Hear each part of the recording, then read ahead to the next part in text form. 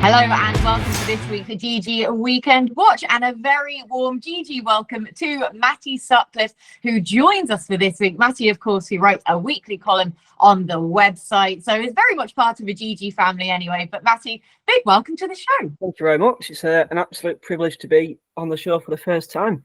Oh, no, it's great to have you. I mean, you've joined us for a perfect week as well this week, because we have a perfect blend of everything, because we've got some really good action from Newbury, of course, one of the top 2-year-old races around at the minute. We also have classic action, and we have national hunt action as well. So we're basically just chucking everything at you, Matty, and seeing where we find you. I've had to dust off the old national hunt copybook for this one.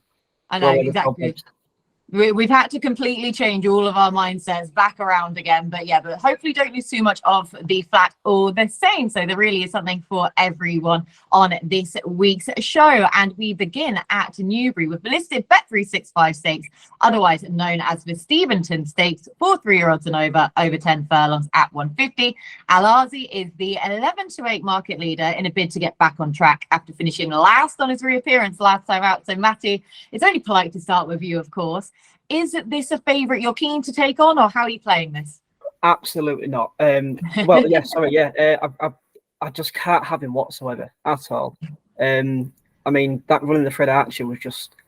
I mean, you can make the argument that he was off for 400 odd days, but I mean, he's won twice off a break off 200 odd days before, so you can't really suggest it was down to fitness. I mean, there might have been something wrong that we didn't hear about, but I think he's a really poorly priced favourite for this. Granted, it is quite a weak race at the same time as well, but I just can't have him whatsoever at all. Yeah, so I will be taking him on. Sorry, I will be taking on with Dancing Magic, the one of the 2 3-year-olds in the race. And 3-year-olds have a good record in this race: 2 wins, 5 places from the last 10 runners in the last 10 years.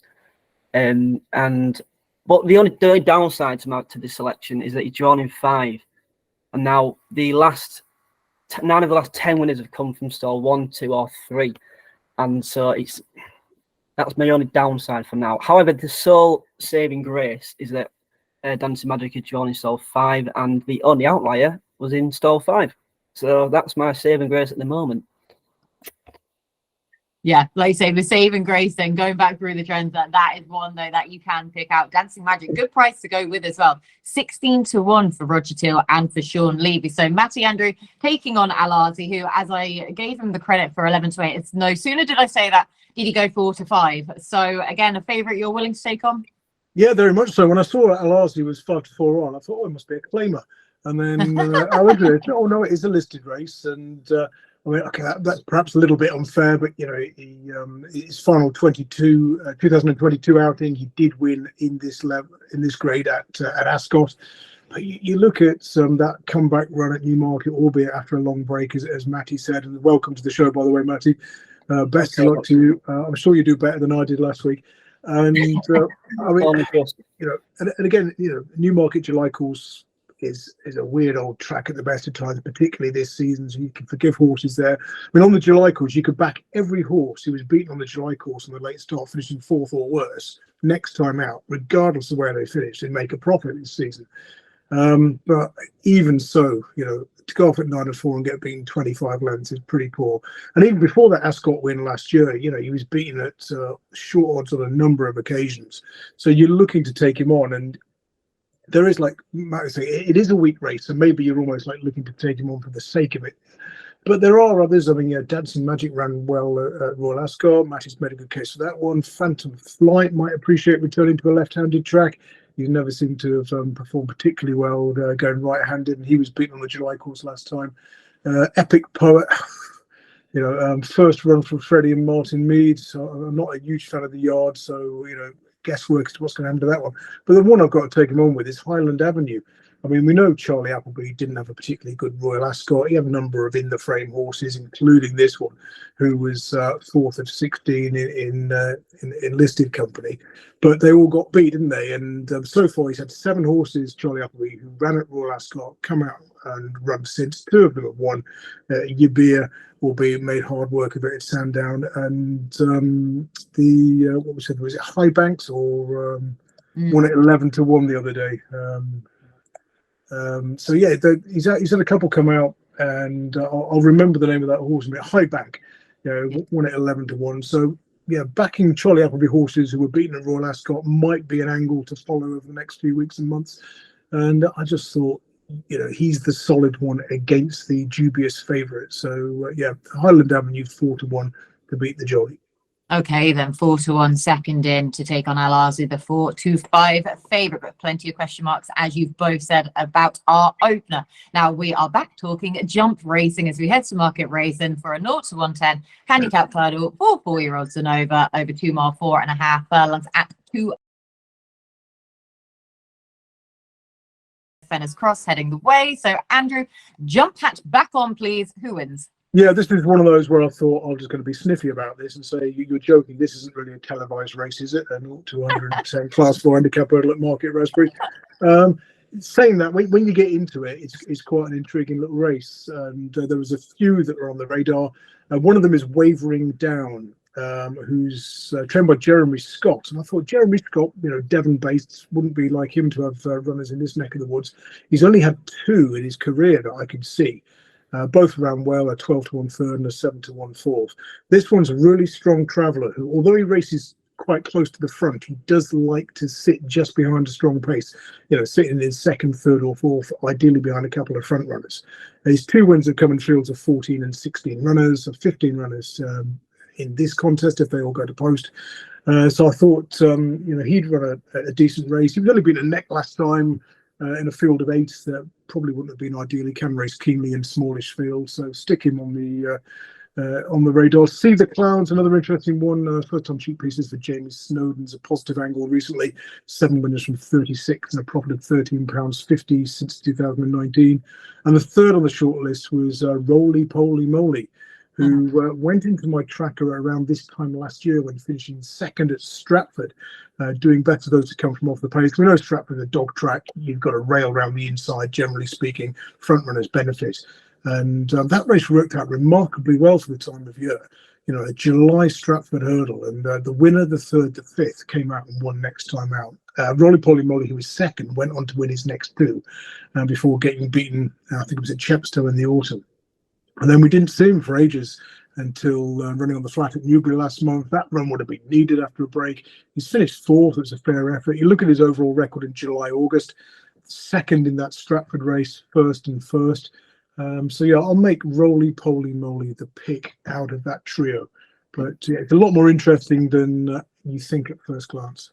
There you go. I'm glad you got over your initial prejudice anyway, Andrew. We appreciate that. But 16-1 about Roly Poly Moly. But the other horses mentioned, See the Clouds, 14-1 in the first time, cheap pieces, and also 10-1 about Wavering Down, the Jeremy Scott runner for Andrew, but his main play Roly Poly Moly, Matthew. So Matthew, sorry, I'm giving you your official title now, as I've seen it come across on your screen. Matty, sorry, we'll go casual again. Who are you siding with?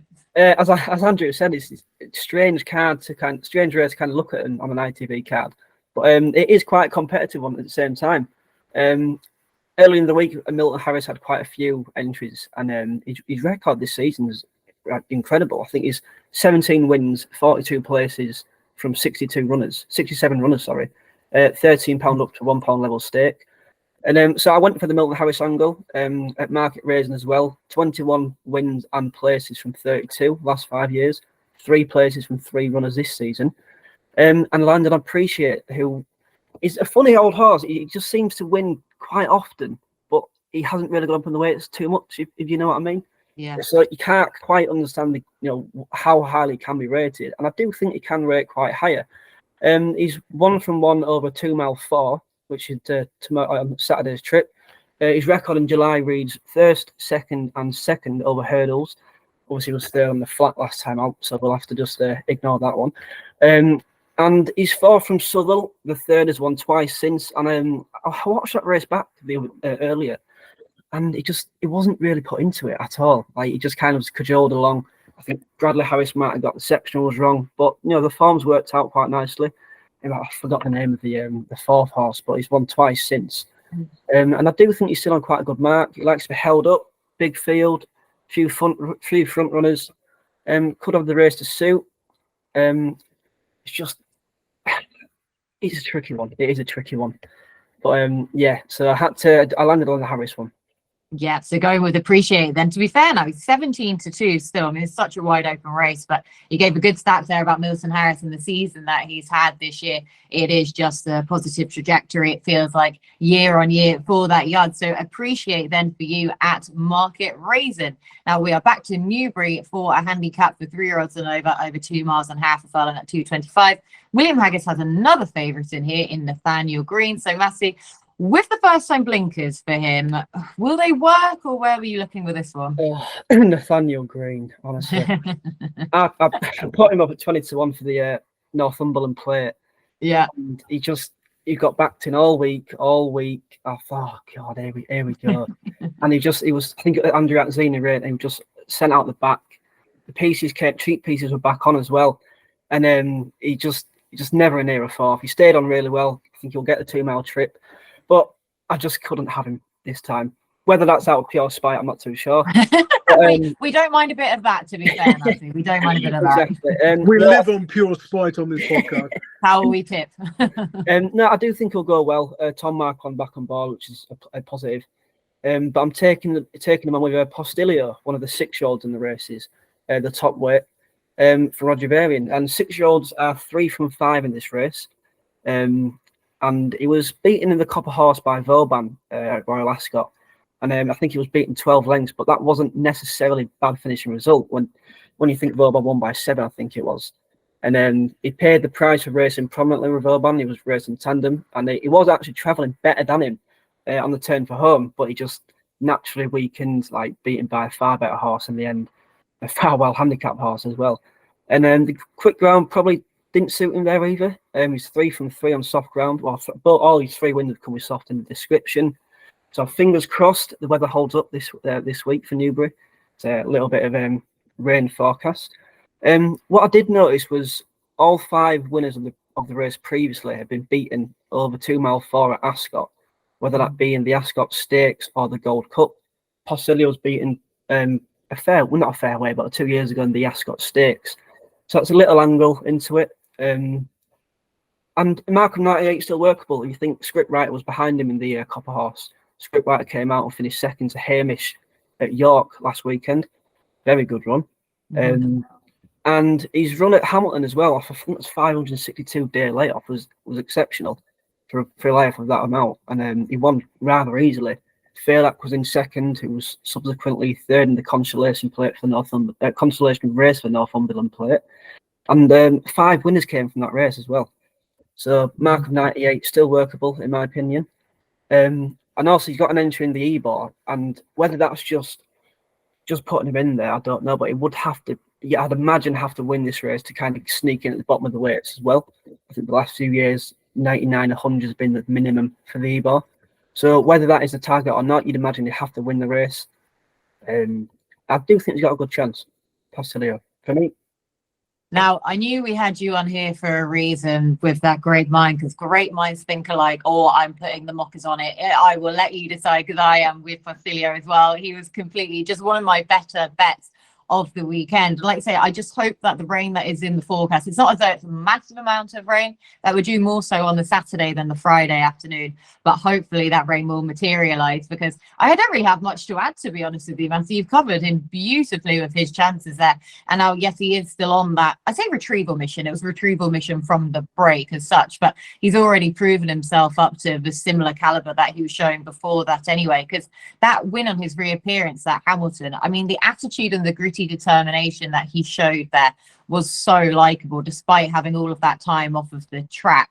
And then he had the £3 rise, went to the Copper Horse handicap, as you say, and yeah, Vauban just completely dominated it. But of those in behind, I didn't think he was disgraced whatsoever in finishing 6th, given that he had plenty made use of him early on because of his high draw. Now, it did get him into the position that was optimal then for how the race was run, admittedly, and he did just weaken out of things. But as you say, the quicker ground probably was just against him on that occasion. So here, if the rain does materialize, that will suit him, and good spy with the further future entry as well, where winning this will certainly do his cause no harm whatsoever to get him into the Evil. So Postileo for the pair of us two. Andrew, are you going to make it a hat trick or not? No. Thanks. Sorry. Thanks for being a team player. Yeah, funny old races. I mean, go back 5 years. This was worth 62,000 quid to the winner and looked like a good addition to the Saturday card. And then Newbury used the COVID excuse to slash the prize money a few years ago. It's built back up slowly, but it's still at 38 grand, a lot less than it was. And it is a funny old race. As soon as you think Nathaniel Green's name there, you think, oh my God, I can't back this flipping thing again. But then you start looking at it and you think, well, every time he hasn't got beaten at a short price, he actually got his head in front, was in first time headgear. The cheap pieces, and he's got first time blinkers. And you look at Haggis's record in first time blinkers, 2 from 4 this year, 4 from 9 last year, the 2 from 4 this year, including good gracious 14 to 1 winner at Royal Ascot. Then you start looking at that Newcastle race, you think, well, yeah, you want to come from off the pace at Newcastle, but they went so steady. It was the ones in midfield, not out the back of the telly early, who dominated that race. So he's actually almost, if you split it into 3 groups, the front runners, the mid divisions, and the hold up horses, he's done better than the hold up horses. And then you think, hang on a minute, give your head a shake. I'm making excuses for Nathaniel Green for the umpteenth time. And maybe I can back him each way. He's bound to be in the first 4. Oh, he's 7-2, so I'm going to lose money with that project. So you then come to the second favourite, Sweet William. I mean, she finally blossomed at Doncaster last time out. First time blinkers, having worn cheek pieces for his first 3 starts, I should say. And he only got beaten a neck, half a length in those first 3 starts. The final defeat by St George because ran so well in the Queen's Vase at Royal Ascot. And so you look at that Doncaster run, good to fair, you think, well, yeah, he was in front way too soon, far too early for a mile and a half at Donny. And he's absolutely bolted up, albeit when 11 or 8 on in novice company. So you think, well, yeah, if the blinkers are the key, there's no reason why he can't follow up. But all of a sudden, you've got 2 quirky individuals who are heading the market. So you think, well, maybe there's something each way at a bigger price. And the one I've come down on is Zinc White. It's a 50-50 chance whether he actually runs. If you look through his form, he's generally pulled out. I mean, he was gelded and then ran on the flat twice for Rafe Beckett in 2021. Both times on soft ground, he won both, laterally by 7.5 lengths. He's then gone to Ollie Green and pulled up over hurdles. And then in 2022, entered on 3 occasions, non-runner every time on suitable ground, or good to firm. This season, he's gone to Ian Williams, won on his stable debut at 33 to 1 in the Chester Plate, the consolation race of the Chester Cup. Soft ground. Next time out, go to Ascot. Conditions too quick. Despite that, he'd gone off 11 to 1 for the Ascot Stakes.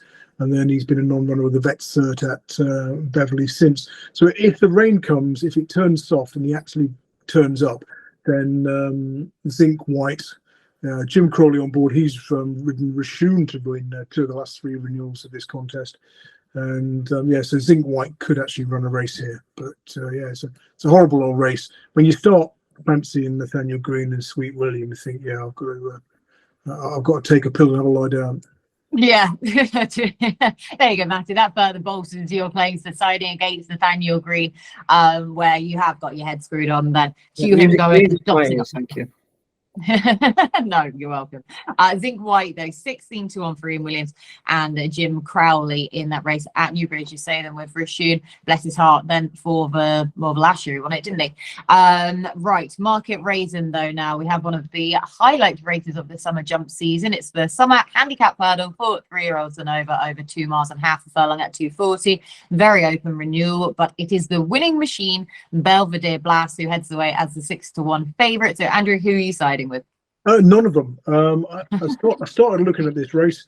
About 20 minutes later, I went for a walk and a pint, and came back, sat down, looked at it again, and went for another pint.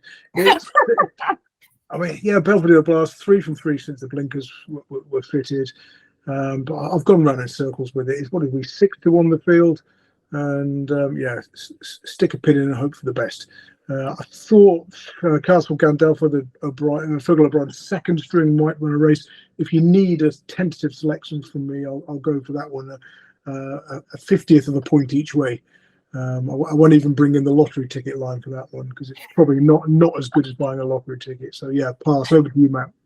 I say I'm glad you said a 50th of a point and not a pint then at that stage. So at least that was a saving grace. Yeah, if you're also struggling with this race, do what Andrew says. There's a tip in itself. Go for a walk, go for a pint. Castel Gandolfo though, so pleased that you've at least given him a 50th of a point, because he was the only way I was going to play this race. I was torn between the two Fergal O'Brien runners then, but like you said, well, I say two of the Fergal O'Brien runners. They've also got Byzantine Empire in here as well. But I was between Dan Silla, who Paddy Brennan rides, and also the aforementioned Castel Gandolfo. But I will be backing them both. But for the purposes of this, Castel Gandolfo it is. Isn't the easiest to win with, I will admit, but he did win his penultimate start. That was likeable at Kelso. Really did appreciate the sound surface there. Whereas last time out, I was there at Cartmel and the rain didn't half come for that track then, and he was held up. It was a good race. That was also a day though where Paddy Brennan couldn't get there because I think it was a milk spill, if I remember rightly, on the way to Cartmel. So loads of jockeys couldn't make it. Henry Brook took the ride, and he's been dropped £4 for that run, which is more than fair. He also has a £3 off of his back from Jack Hogan's claim. So he's waited to go very close, provided that the ground conditions stay quick. So I'm kind of hoping for soft in some places, hoping for quick in others. So I'm hoping that Mother Nature will do me a turn with those. Matty, any stronger opinions on this race? You'll be glad to know that all three of us have landed on Castel Gandolfo. Wonderful news. I'm happy I got in there first, or else it just would look like I was copying you. Exactly, yeah.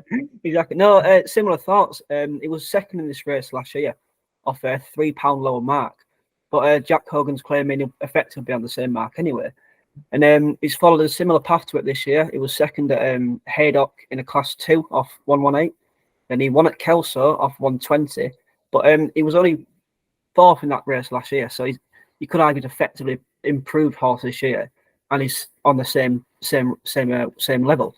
So I think that's the only angle I could find into this race. I mean, like Andrew, if you really want to go strongly, just stick a pin in it. It was a tricky one. But then he was beaten, as you say, 8 lengths from a £3 out the way. It's at Cartmel, and he was held up there as well. I think, if I recall correctly, he tends to race prominently, or at least midfield. And obviously, Paddy Brennan was in the milk gate, as he call it. Yeah. And, but yeah, he's back down to 1, 2, 3. That was my only angle into the race, and hopefully ground stays quick. But we can't have it both ways, can't we? Unfortunately.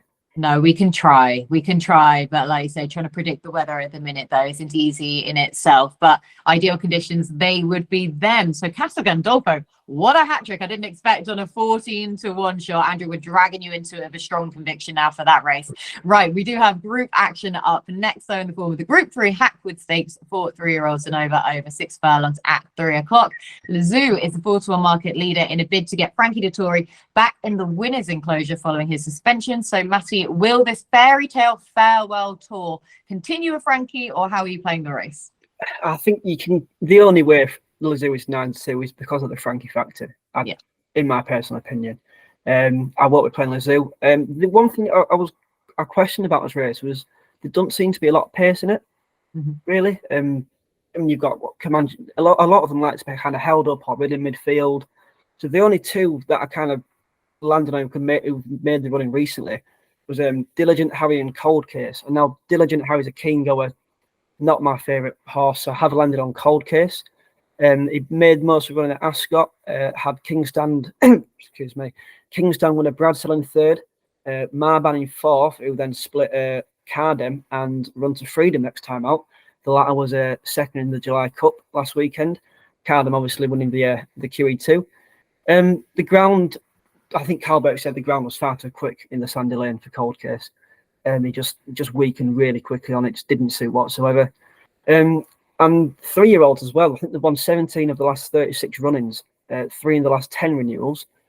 Just 2 of the last 10 run-ins haven't seen a 3-year-old win or place. In 2013, there wasn't one.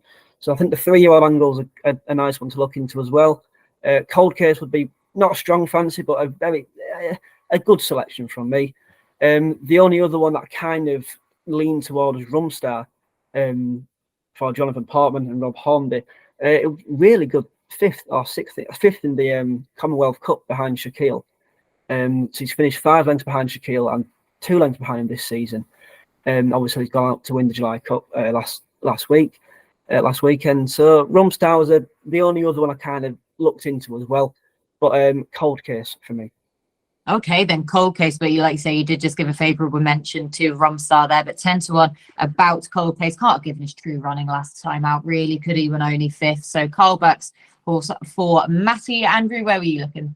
Yeah, funny old race. I mean, Newbury straight course. Traditionally, you want to be drawn low, racing prominently down the middle of the track, or drawn middle.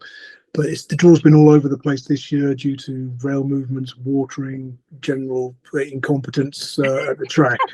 And again, I'll take Matty's point about the lack of sort of front runners. Possibly the first time blinkered Hannon runner might make it. Diligent Harry back up to 6 furlongs. I mean, you look at this Clive Cox runner. He did win over 5. That was on the all-weather back in February 2021. Since then, his 3 wins have come over 6 furlongs, albeit on the all-weather. He's 0 from 9 on turf, but at 18-1 or thereabouts, I thought he would run some sort of race if stall 11 of 12 is no inconvenience. Now, you go back to Newbury meetings, there's a massive advantage. You go back to the last Newbury meetings, you don't want to be anywhere near that stand-side rail, so God knows what they're going to do. I assume, given the sort of full width of the track because of the super sprint, then it might not be so bad, but we'll see. I mean, age-wise, I wouldn't get carried away with 3-year-old or any other stats in this race. You look at it, and there's absolutely no strong statistical correlation between the age of the runners. But the one angle that does leap out is when they last ran. You want to be on a horse who ran in the last 4 weeks. Those who've been off for more than 4 weeks, 0 from 29 in the past 10 years, should have been about 3.5 winners from that lot. So that brings in Lazoo, Cold Case, Rumstar, Shartash, Eras, Mitbahi, all, a lot of those fairly prominent in the betting. And possibly the most interesting stat, horses who started favourite last time out. 5 winners from 11 runners in the last 10 years. Profit of £45 to the £1 level stake. Brings in was it the German or the French runner, Wald, whatever it was a few years ago, we won it 3-1. So yeah, it's one of those odd races that might actually throw up a funny one. Although I keep coming back to Comanche Falls, who is a strange old one. He doesn't seem to run well on local tracks. You look at his record, within sort of X number of miles of his Yorkshire base, he tends to get beat. Certainly, since he's gone up in the class structure. But when he travels, he runs incredibly well. I put him up as a bet in my column when he ran against Garris in the Abernant Stakes early this season. He was 20-1. He got beaten ahead that day by Garris at 9-1. Now, since then he's gone to Haydock, York, placed both times, lastly behind Azure Blue in Group 2 company. And then last time out, he's gone to the Curragh on a track where you want to be prominent. Front runners benefit over pretty much any trip this year. And he's come from off the pace and justified strong support. That's a 5-4 shot. So I'll go Comanche Falls. Garris reopposes, and that'll be my forecast as well. I think that pair could go 1-2 here. Garris running well 23 days ago. That was at Longchamp. Went favourite for that contest, finishing second. So Comanche Falls, reverse forecast for Garris. There you go. Okay. Don't I'll never give you anything. No, to be fair, we would never say such a thing anyway. No, you're very, very generous to all of us. Comanche Falls 9-2, Garris 9-1. There's your forecast. How nicely that would play. And interesting for the favourite last time out stats. I like that a lot for the Hackwood Stakes. Now we have another one of the summer jump highlights up next in the form of the Summer Plate Handicap Chase, a premier handicap nowadays for 4-year-olds and over 2 mile 5 at 3:15 up at Market Rasen. And the dual winner of the past 2 years, Francky de Berlais, bidding for a hat-trick of successes in this race. So Andrew, can he go in again? Yeah, if you want a laugh, go back and watch Francky de Berlais' prep race here at Market Rasen on the 23rd of June. I mean, to say he was ridden with an eye to the future is a massive understatement. You needed to be prominent that day. The winner and the new. It was well backed for Laura Morgan, 12-year-old though. Prominent disputed lead before 3 out. Runner-up fixed at all the other night. One of the other 92 co-favourites in touch with leaders. Francky de Berlais, take the piss right, held up in rear, pushed along, no impression, kept on well. And as soon as he crossed the line, you thought, yeah, that's going to win the Summer Plate again.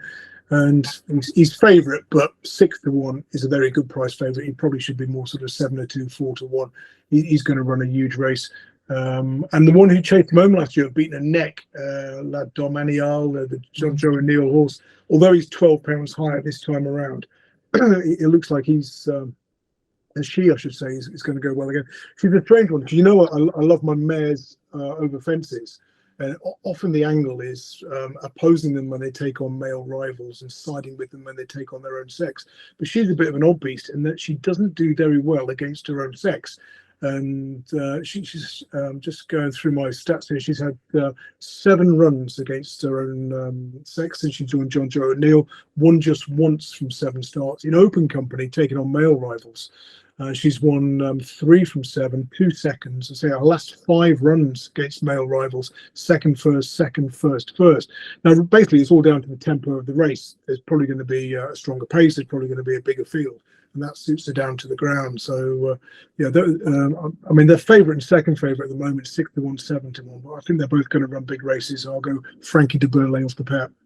Okay, then so you're going to go Francky de Berlais. I'm going to take you on then, for all that I hugely respect him now, even as a 10-year-old, and think that he'll go back and run another huge race, guaranteed, like you say. So 6-1 looks a very fair price, but with the extra experience that the Domaniale has this time around, hopefully that will count in her favour. I want a horse that is normally we get for a frenetic pace on in this race. So I want a horse that is ridden with a bit of restraint. That's what she's going to get. Trip's absolutely fine for her. This mark. Yes, she was given the £5 rise for last time out, and she's up in the weights from running in this race last year. But as I say, that is completely warranted, though, that rise in the mark, in her handicap mark anyway. And her win at last time out at Aintree, just thought, yeah, well, you know what race she's going to go back for. Being saved for it. Don't quite like the time that she's had off since then of 64 days, but the fact this looks like it's been the target, I will take on Francky and hope that Le Domaniale can overturn that form. Matty, where were you looking?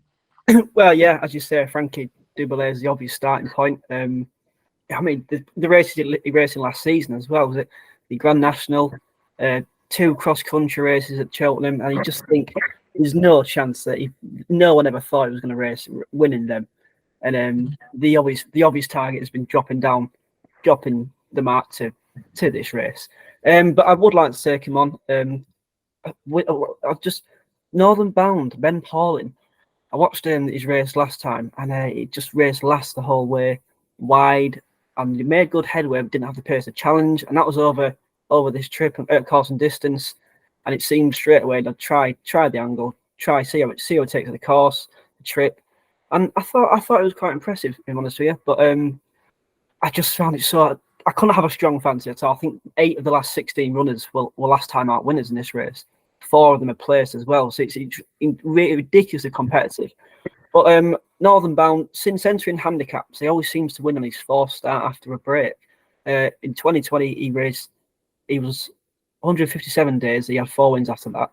Then 88 days in 2021, won on his 4th start. 78 days again in 2021, won his 4th start, and 52 days in 2022, won his 4th start. So and obviously he's on his 4th start this year. So he seems to improve his racing. There's a weird angle to kind of look at. Bo Morgan takes a ride. His brother Luca has won on him 7 times, I think. So I'll be able to give him plenty of information about how to ride him. And I think that 16 or 18 to 1 now, I think is actually is a small each way in a tricky race. Oh, very, very tricky race, but we don't mind that at all for the Source Stakes each way when you're getting an 18 to 1 shot. I love that stat about his 4th start of the season. We are completely here for that, as anyone who watches the show regularly will know themselves. Now we must head back to Newbury because it is one of the big ones for the 2-year-olds of the weekend. Now it's the Super Sprint Stakes for the 2-year-olds over 5 furlongs at 3:35 at Newbury. Relief Rally is the 15 to 8 favourite after her super unlucky second in the Queen Mary at Royal Ascot. But Matty, how are you playing this one?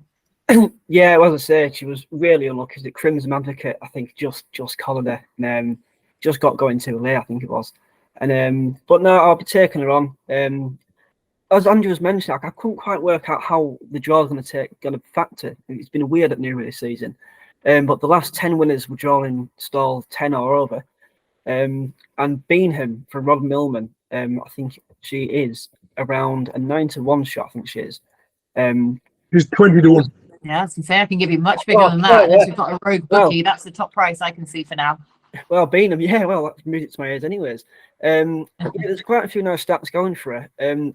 5 of the last 10 winners were fillies. Of the 5 not won by a filly, you'd have to look no further than 4th to find where 1 next finished. Rod Millman and owner David Klein had a finish. It was Wolverhampton who finished second in this race last year. And Rod's won it twice, once with affiliate in 2019 with Betty's Hope. She was a really big eye catcher on debut behind Juniper Berries, who's second favourite, I believe, for this race.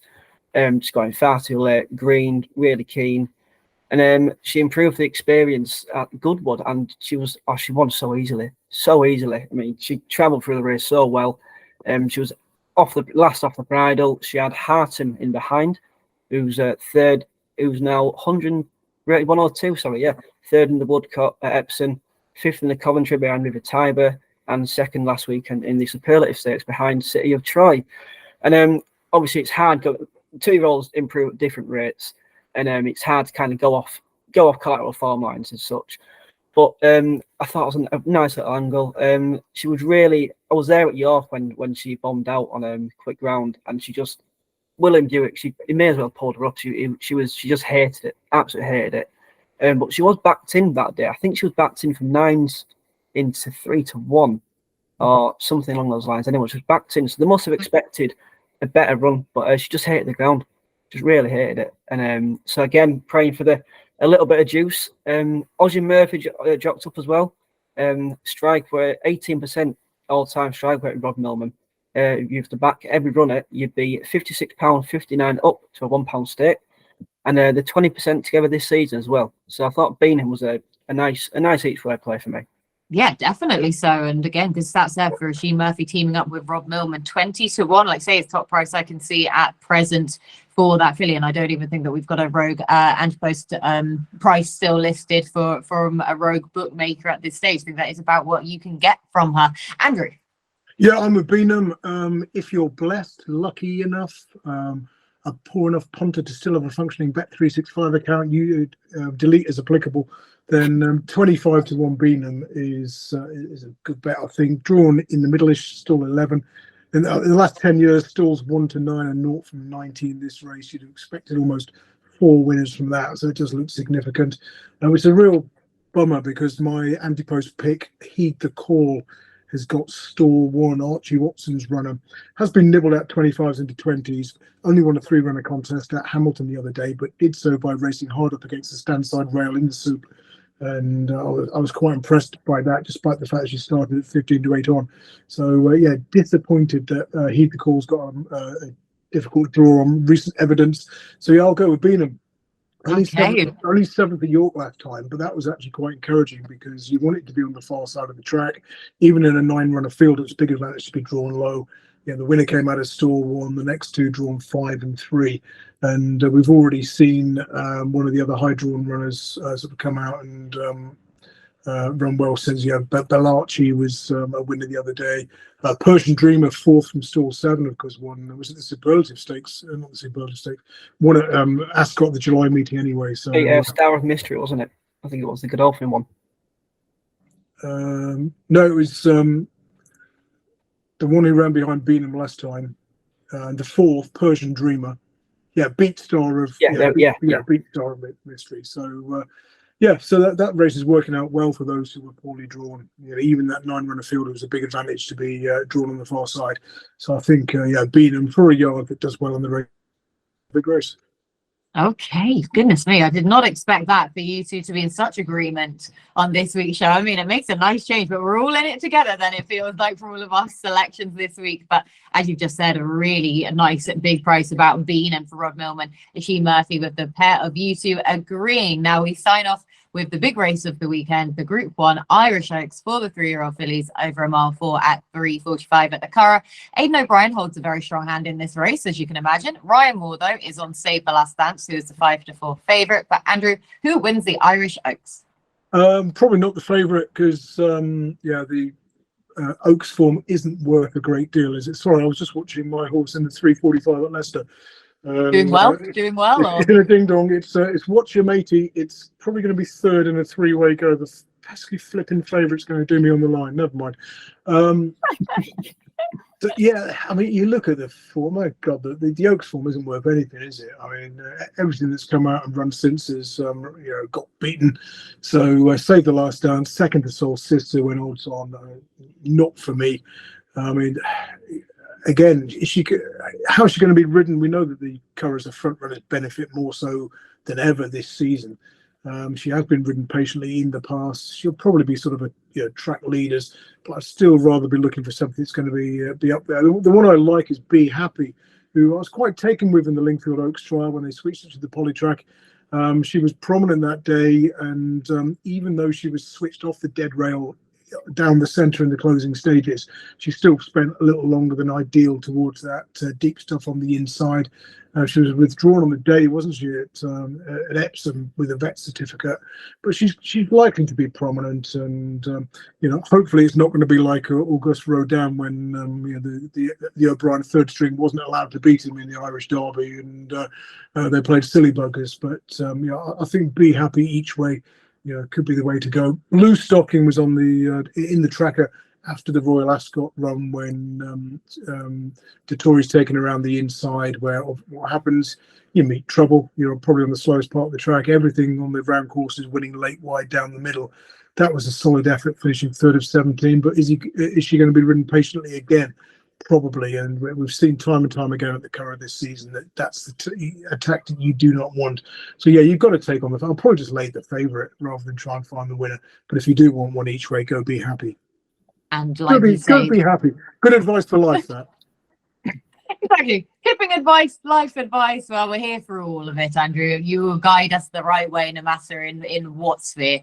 Be Happy, though, 22-1 if she's able to go to the front, where at least with Auguste Rodin, they had a lot more riding on Auguste Rodin winning the Irish Derby rather than for the Irish Oaks being such an open race. There's not quite as much pressure perhaps than with those at the head of the market for the stable, but perhaps lay the favourite. Each way play, though. Be happy, Matty. That is a motto we should all live by. But more importantly, who wins?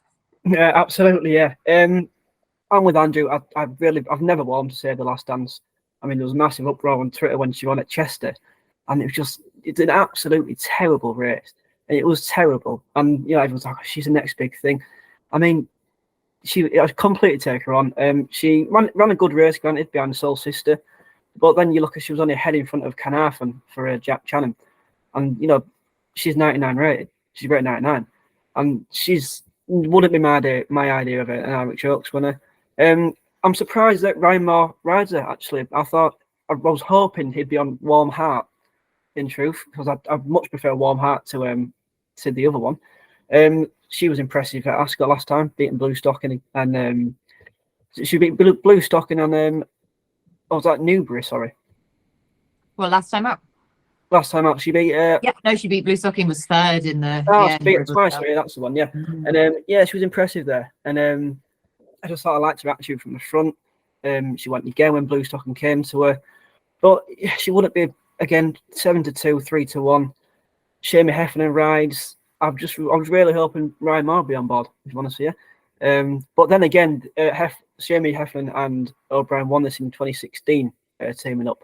So that's a bit of an insight there. But I have no strong fancy apart from take on the favourite, definitely. Yeah.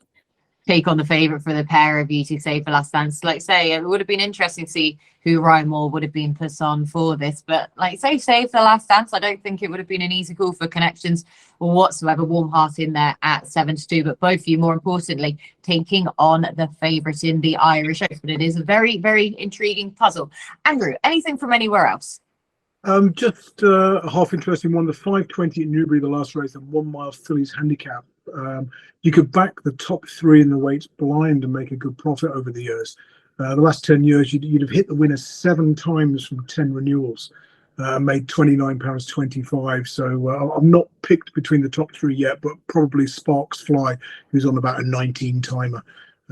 Every time she runs, I seem to back the second. So I might just back her to stop that winning run this time. Finally, just to stop that winning run or to join in then with the party. Either way, though, I'm sure you'll be satisfied from that. Right, all that is left for me to do, though, is to get your naps. So, Matty, your naps, please, for your first show on GG Weekend Watch. No pressure. I think I'll go with Postileo. The top work at Newbury. As long as the rain comes, it doesn't need to have soft on the ground. As long as it's not rattling ground, it should be good at the very best. Postileo for me. Okay, you've completely scuppered mine up, so I will happily let you have that one, though, seeing as I have to be gracious on your first show, of course. Andrew, your nap, please. FDB in the summer plate, Francky de Berlais. Okay, Frankie de Berlais in the summer plate. Oh, that's ruined my second selection now, because I was going to go La Domaniale as a second fullback selection, but that'll be me taking you on the same race. Right, Matty, all there is left for me to do then is to put the mockers on you. Curragh then, with Postileo also going to be my nap, but far more importantly, that you are siding with him in the 225 at Newbury. Right, that is everything from us on this week's show. An awful lot to cram into this week's show, but a big thank you to Andrew and, of course, to Matty on his debut. Big thank you to you for watching. Best of luck with your bets this weekend, and we'll catch up with you again next week.